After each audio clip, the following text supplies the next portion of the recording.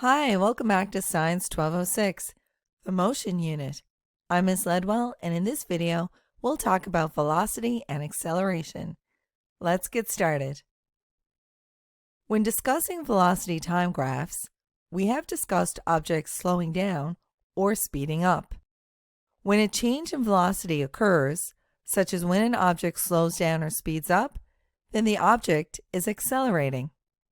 Acceleration is represented by an A with an arrow above it and is defined as a change in the velocity of an object during a time interval or as the rate of change in velocity. Acceleration is a vector quantity. You may have noticed the arrow above the A, which indicates this.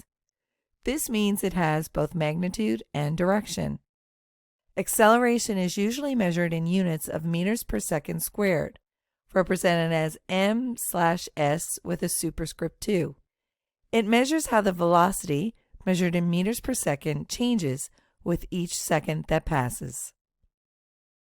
Constant acceleration occurs when an object changes its velocity by a constant amount, the same amount, each second.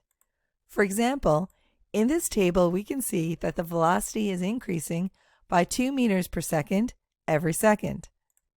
The graph would look like this. A velocity time graph with a horizontal line, like this one, indicates that the object is moving at a constant velocity. That is, a velocity that does not change over a specified period of time. Acceleration occurs only when there is a change in velocity. Therefore, in the case of constant velocity, the acceleration is 0, as the object is not speeding up, slowing down, or changing direction. A sloped line on a velocity time graph tells us that the object's velocity is changing over time. This change in velocity is what we call acceleration. If the line slopes upward, the object is speeding up. It's accelerating. If the line slopes downward, the object is slowing down, which is still acceleration, but in this case, velocity and acceleration are occurring in opposite directions. On this graph, the object is speeding up. The velocity and acceleration are in the same direction, so we have positive acceleration. In this graph, the object is slowing down. The velocity and acceleration are in opposite directions, so we have negative acceleration. When acceleration and velocity are in the same direction, the object is speeding up. For example, imagine a car moving eastward on a highway. If the driver presses on the gas pedal, the car's velocity and acceleration are both eastward. Acceleration and velocity are in the same direction. The speedometer shows an increase in speed from 80 kilometers per hour to 100 kilometers per hour. This is an example of the car speeding up because acceleration, the push of the engine, and velocity, the direction of the car's motion, are in the same direction. When acceleration and velocity are in different directions, the object is slowing down. If the driver of a car driving eastward sees a stop sign and applies the brakes as they approach it, the acceleration, due to braking, is westward, while the car's velocity remains eastward.